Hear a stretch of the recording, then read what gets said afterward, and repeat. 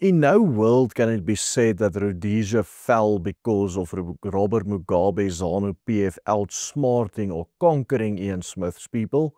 No, in a shocking turn of history, it was none other than the apartheid government of South Africa that forced Smith to hand over his country to the very terrorists the Rhodesians were fighting. Rhodesia wasn't defeated on the battlefield at any point. It was sacrificed strategically, deliberately, and at lightning speed by the very one neighbor everyone assumed would stand with them until the very end.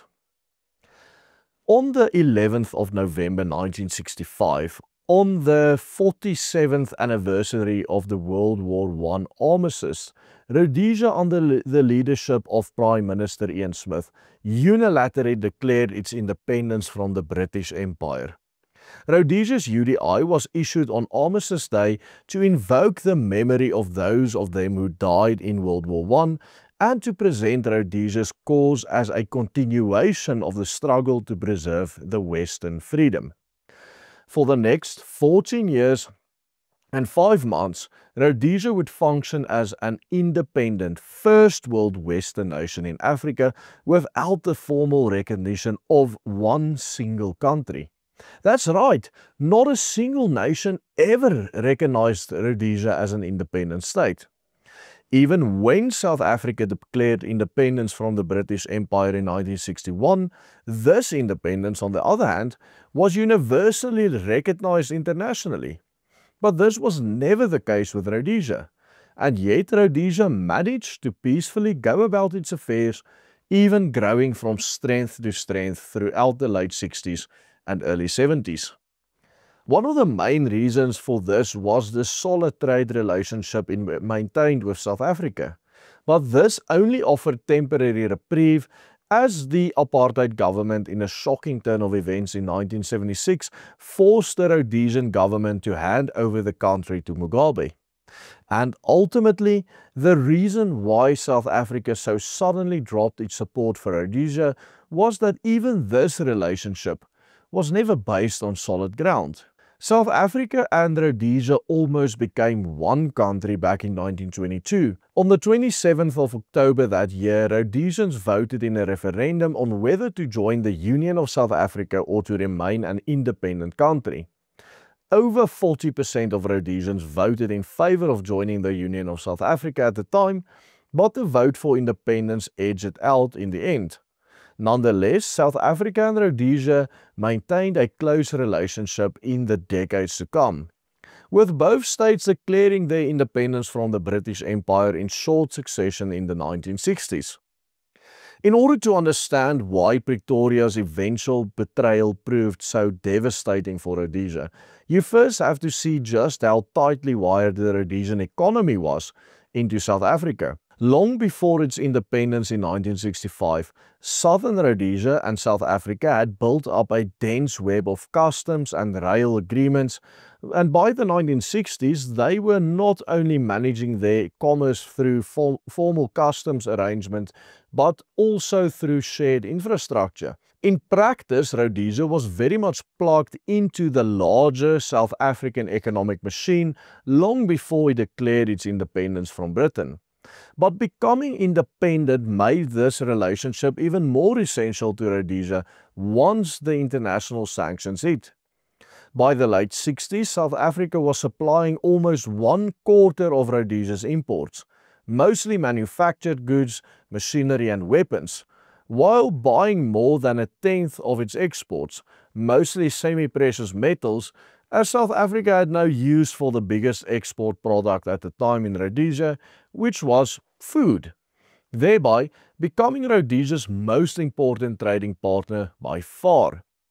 The almost miraculous economic growth that Rhodesia experienced in the late 60s and early 70s of nearly 5% every year was largely the result of having its economy so healthily integrated with that of South Africa. South Africa was importing all the Rhodesian products that the UN sanctioned had targeted: tobacco, sugar, asbestos, chrome ore, copper and pig iron. While much of this moved directly to the South African markets, Much of this was also exported indirectly via South Africa to other destinations around the world, re-exported under the South African certificates of origin. In fact, by the mid-70s, 40% of Rhodesian exports went directly to South Africa, and many of them were then exported to other countries. On the import side, South Africa became Rhodesia's crucial source of oil, fuel, industrial chemicals, capital equipment, spare parts, and consumer manufacturers. When Britain and the UN moved to cut off Rhodesia's main oil lifeline via the Mozambican ports of Beira and Lourenço Marques in 1966, Pretoria and Lisbon simply rerouted flows. Oil was shipped through South Africa and then moved north by rail and pipeline into Rhodesia. By the early 70s, dependence on South Africa became even more pronounced. A US government accounting office report at the time estimated that in 1974, Rhodesian merchandise and exports were around $600 million, with the South African Customs Union alone quietly absorbing or rerouting about 250 million of Rhodesia's goods, roughly 40% of all Rhodesian exports at the time. Rhodesia's economic survival as an independent nation was therefore largely facilitated by South Africa. But there's a major historic irony to all of this. Despite all of this trade, South Africa never recognized Rhodesia as a sovereign nation. Neither Hendrik Verwoerd's government nor John Vorster's government ever officially recognized Rhodesian independence, officially considered the entire issue to be an internal affair within the British people or empire. And this dire failure of the South African government in this regard sadly laid out the groundwork for South Africa to eventually dropping its support for Rhodesia altogether, almost overnight, right when Rhodesia needed its southern brother the most. South African police and military units, which had been assisting the Rhodesians in their fight against Mugabe's ZANU-PF, suddenly withdrew in 1975 under British pressure. The South African Prime Minister at the time, John Vorster, sought to appease not only the British Empire, but also the American government at the time.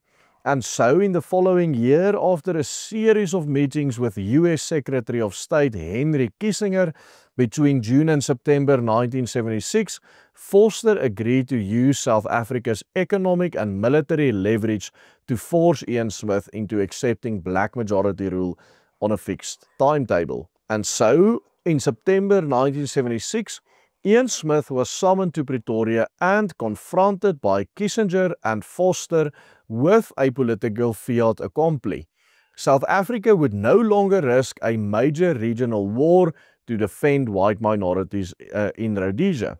And here, in a rather surprising turn of history, the leader of the apartheid government in South Africa, John Vorster, expressly informed Smith that Pretoria would not continue military or economic support unless Rhodesia accepted majority black rule, which of course, as everyone knows today, in practice meant rule by Robert Mugabe's ZANU-PF.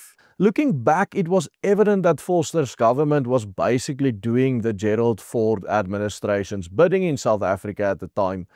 And in the context of the Cold War, his government was set on firmly entrenching itself on the side of its Western allies against the communist threat from the East.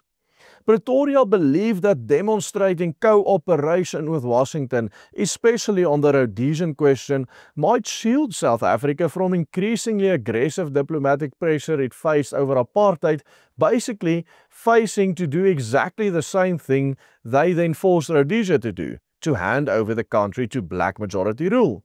He sought to present this country to the West as an unashamedly pro-Western and pro-Anglo region, rather than a rogue regime. But the cost of geopolitics of John Vorster proved to be immense. Rhodesia eventually fell as a warning to the entire Western world, and while it might be said that the demographic writing was on the wall anyway, it cannot be denied that the apartheid government ultimately played their part in this, and probably the biggest part in this. And one cannot help but wonder if Kissinger and Vorster would have been able to destroy Rhodesia the way that they did had South Africa been willing to take the bold step of recognizing Rhodesia's independence in 1965. In a recent video, we highlight some of the unfathomable atrocities committed against Rhodesians during the early days of Mugabe's rule in the 80s. Check out that shocking video by clicking on the link appearing on your screen right now here. And remember to support our work by becoming a paid member of the Willem Petzer Group. Just follow the simple steps on the banner underneath me. Only with your support can we continue doing this work, changing the hearts and minds of people. Goodbye and God bless.